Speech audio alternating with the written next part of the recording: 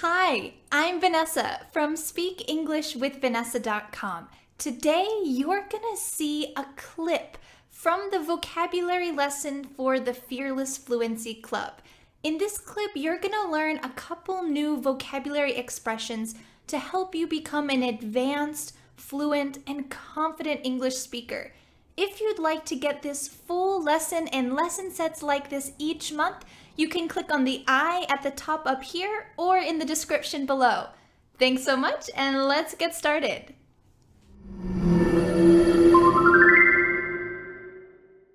Hi everyone! Hello. Welcome to the vocabulary video for this month's lesson set about music. So you probably already watched the conversation between Jeff and I, just to kind of get an idea about what we're going to talk about. And today I'm with my husband Dan.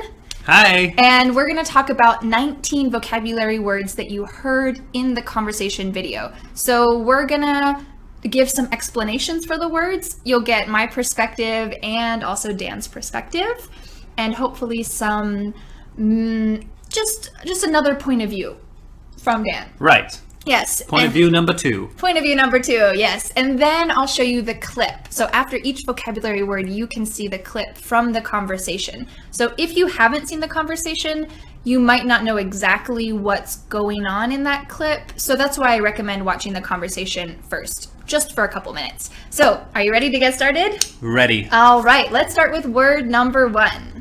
The first word we're going to talk about is a whole other story. And sometimes we say a whole nother story. And this is simply the word another with the word whole in the middle. Another, a whole nother. It's kind of strange to use this in English. We use this a lot, but it seems strange. It's just kind of shortened. Yeah. It's not really correct, but we just say a whole nother story. Yes, just a really whole quickly. Nother story. And this is only used in casual situations. So you could use this while you're speaking at work, but I don't recommend writing it because it's really just a casual way to talk about something completely different. So for example, in the video, Jeff was talking about breaking his arm and how he had to learn how to do everything with his left arm. And he was gonna talk about playing the guitar, and then he mentioned, I had to learn how to write with my left hand, but that's a whole other story. Right. Where we weren't going to talk about how to write with your left hand, but anyways, he mentioned it, so he kind of went off the original plan. That's a whole nother story. Yeah. I'll talk about that later. Yeah, you would usually use this phrase if you were telling somebody a story, right? If you're talking to them about something that happened in the past. So maybe you were at dinner with somebody and you're telling them about the dinner, like, the dinner was really great, but my mother-in-law was there, but that's a whole other story. That's a good one. Change the topic a little bit, so. Yeah, instead of changing the topic, you just say, that's a whole other story. That's a whole nother story. We'll talk about that later. Right. So something completely different. All right, let's watch the clip. So my arm was in a cast like this. Perfect. For a while. I guess it was a few months. And I had to learn to write with my left hand. It was really, that's a whole other story. But while I had my arm in the cast, first of all, it was definitely making me reconsider. The second expression we're going to talk about is to stick with something. In this vocabulary video, we're going to talk about a lot of phrasal verbs. So this is the first one, to stick with something. And it means to stay with it, to continue doing something. So in the video, in the conversation video, can I say that word today? Conversation video. Jeff said that his parents thought that he wouldn't stick with the guitar or stick with playing the guitar. They thought that he wasn't going to keep doing it. He wasn't going to stay with it. He was going to quit and do something else instead. They thought he wasn't going to stick with it. Right. Yeah, you would often say stick with it. Just like that, right? Just simply stick with it. You're like, I'm really tired of playing baseball, but you know what? I'm going to stick with it. Good motivation. Like, I'm going to keep doing it. Continue. You can do it. Yeah, I think if someone is having a hard time, you could use this expression with them. You could say, hey, stick with it. After 1 week, it's going to get much easier. So for us, we recently started working out at a gym. It's really hard. And last week, we were so sore. Our muscles hurt For a so whole bad. week. Yeah.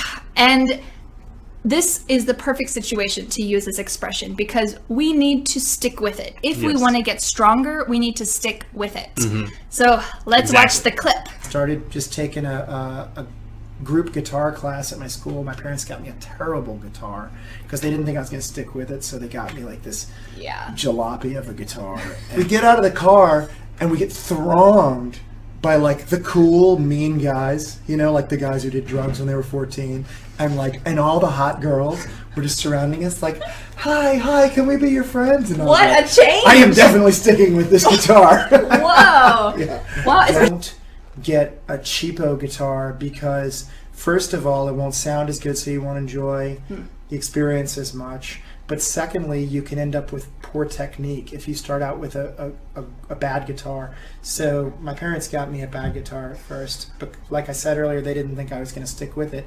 And what's called the action, which means The third expression is to underachieve. So to achieve something is to be successful, but to underachieve means you're not really doing your best.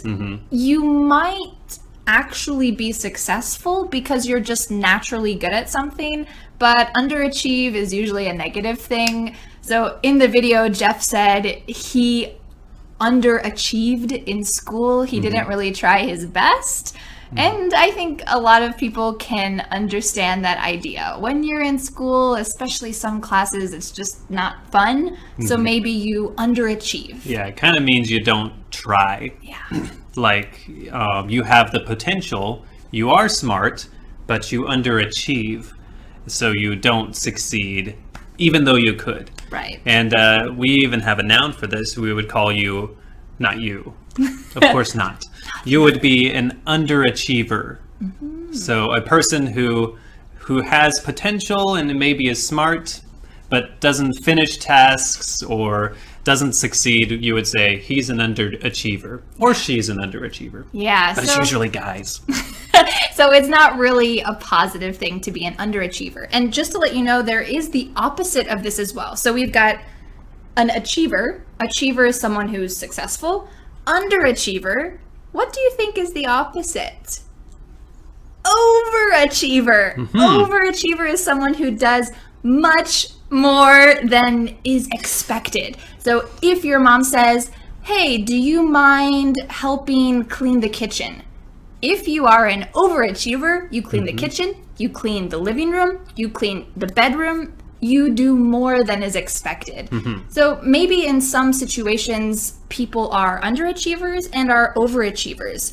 So even for you, maybe in certain places in your life, you feel more motivated to do things and less motivated in other situations. Yeah. So you're not just one of these things. You could be all in different situations. Yeah. An overachiever kind of sounds negative too.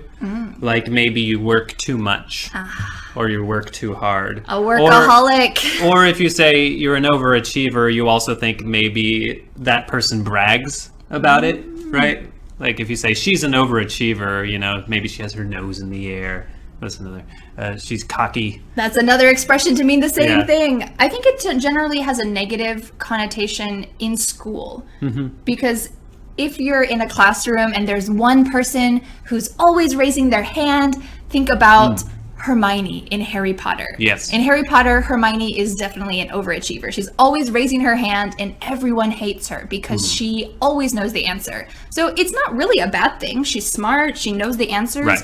but the other kids don't really like it. In school, if you're young and immature, maybe it's a bad thing. Yeah. If you're an adult, being an overachiever is good. Right. You're keeping it up, doing your best. All right, let's watch the clip where Jeff said this. My parents were always trying to get me to be disciplined because I have ADD and like, you know, I was always this smart, underachieving kid.